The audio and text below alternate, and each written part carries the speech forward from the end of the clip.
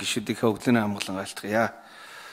Та тусгай хамгаалалттай газар нутгийн ашиглалтын асуудал үнэхээр чухал байдаг л да. Өнөөдөр бол Монголд тусгай хамгаалалттай газар бол ихэнх нь аялал жуулчлалын бүс нутаг байдаг.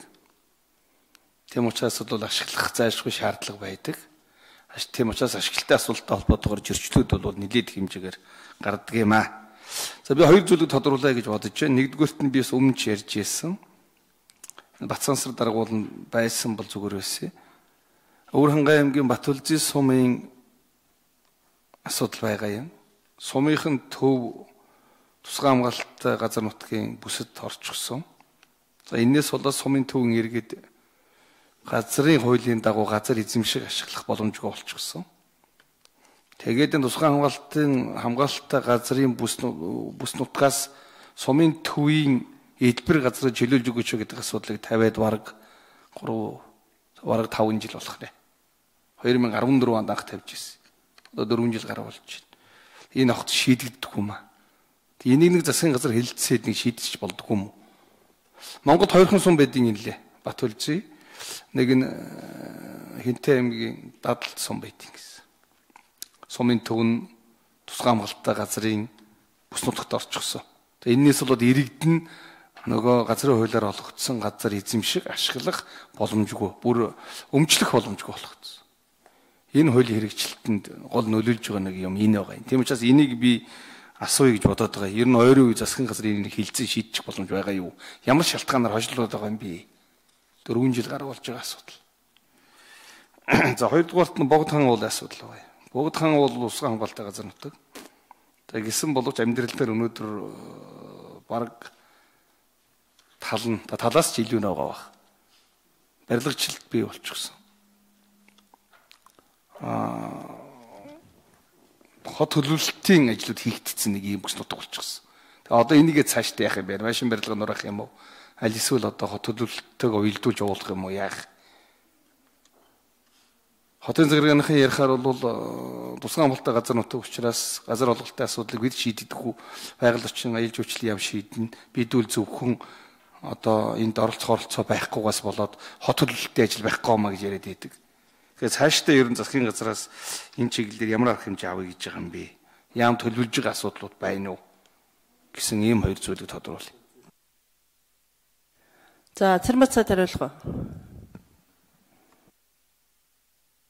Энэ иргэдээс ирсэн өргөдөлт яг сая тогтцорын гишүүний энэ асуудлууд бол маш тодорхой. Холбоотой асуудал дээр ажил авснаас хойш газар зохион байгуулалттай холбоотой хэд хэдэн ажил хийгдсэн байгаа. Нэгдүгээрт нь бол өмнө олгогдсон газруудын дундх одоо нийтийн эзэмшил дэд үтсэж явах ёстой талбаануудыг нэг чөлөөлж нэг хэрүүлгийг нь одоо нэг цэгцлэгдсэн юм явж байгаа. За бодлогын төвшин цаашд одоо ингээд тусгай хамгаалалтаа бүсдээр баригдсан байгаа барилгыг одоо хууль бусаар баригдсан барилгыг одоо албатан буулгах энэ холбоотой зөрчлийг арилгахыг бол бас дэд цайтаар ахлуулсан ажил маань ажиллаад зарим нэг юм дээр үр дүнд хүрээд явж байгаа. Цаашд яах вэ гэдэг асуудал дээр хуулийн төслийг санаачлаад одоо төлбөрийг нэмэх асуудлаар зориултын бусаар гэдэг бол одоо аялал жуулчлалын чиглэлээр, амьдрах чиглэлээр, бусад чиглэлээр ажиллаж байгаа бол одоо тусгай татврын буюу төлбөрийн одоо шинэ механизм бий болгохоор ингээд хуулийн төсөл одоо бэлэн болцсон одоо удахгүй ард нийтээр хилцүүлэгдээд явнаа гэж үзэж байгаа. Мөн дараагийн нэг юм нь биднэр дээр байгаа ерөнхий гол хүндрэл маань яг уг нь амрах утгалах цэгийг л одоо барих гэдэг хууль зөрчигтэй явцсан. Дээр нь тухайн аж ахуйн нэгжүүд маань бас одоо батлагдсан ном журмынхаа төлөвлөгөөнөөсөө өөрөөр бүтээн байгуулалтууд хийгдсэн юм хүндрэлүүд гарч байгаа. Энэ дээр тэгээд хоттойгоо яриад бас нэг хамтарсан ажлын хэсэг гаргаад зарим нэгийг нь хот руу шилжүүлэх гэсэн юм хүртэл бас яригч байгаа гэдэг их л Батүлзий сумын хувьд бол ажлын хэсэг нэмээд байна. За дөрөвдүгээр микрофон уу? Хэд вэ? Дөрөвдөр очиж солиос очих.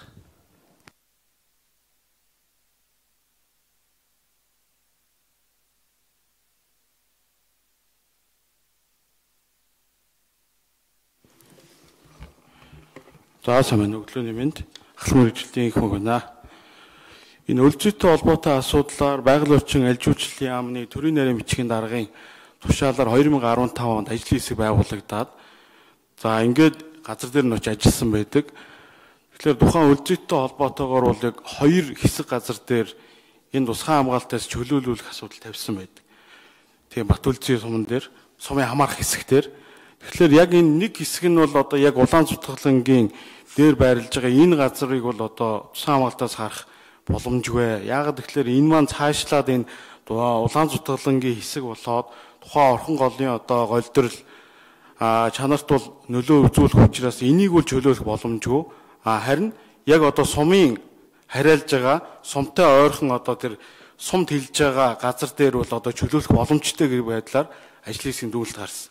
За энэтэй холбоотойгоор сум орон нутгаас бол яг тэр 2 хэсэг газраа биш яг одоо үндсэн тэр сумтай холбоотой хэсэг дээрээ бол яг сумын иргэдийн төлөөлөгчдийн хурлын тогтоол гаргаад аймгийн иргэдийн төлөөлөгчдийн хурлын тогтоол гаргаад ингээд ирсэн нөхцөлд бол бид яг одоо тусгай хамгаалалтын газар нутгийн хуулийнхаа дагуу засгийн газраар хилцүүлээд улсын хурлаар ингээд хилцүүлээд явах бүрэн боломжтой байж.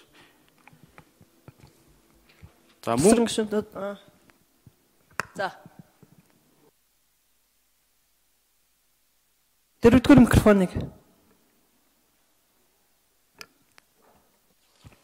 Энэ тусгай хамгаалтаас гаргах чөлөөлөх энэ асуудал бол нөгөө тусгай хамгаалалтын газар нутгийн тухай хуулиараа улсын хурл бүрэн эрх нь байгаа. Энтэй холбоотой тусгай хамгаалтанд авах гарах эсэх асуудал дээр бол байгаль орчны яам бол энэ үлдсэд өөр одоо бус газартай холбоотой нэгдсэн судалгаа зураглалыг бол бүрэн хэмжээнд гаргацсан байж байгаа.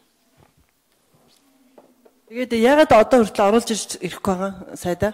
Энэ хэлж штэ одоо бүрэн болцоод байгаа их хурл мэдлэн байгаа. Тэгээд энэ оруулж ирээд хэлчих болцоо байгаад байгаа штэ. Энэ дээр ягаад хурлаасаа яг тэр нэг хэсэг газар дээр нь яг тухайсан санал нь бол ирээгүй байж байгаа. Энэ нөгөө бөөнөр нь явуулаад байгаа учраас яг одоо тэр Улаан Зүтгэлэнгийн дээр байгаа хэсэг нь бол одоо тэрийг бол хасагдах боломжгүй байгаа.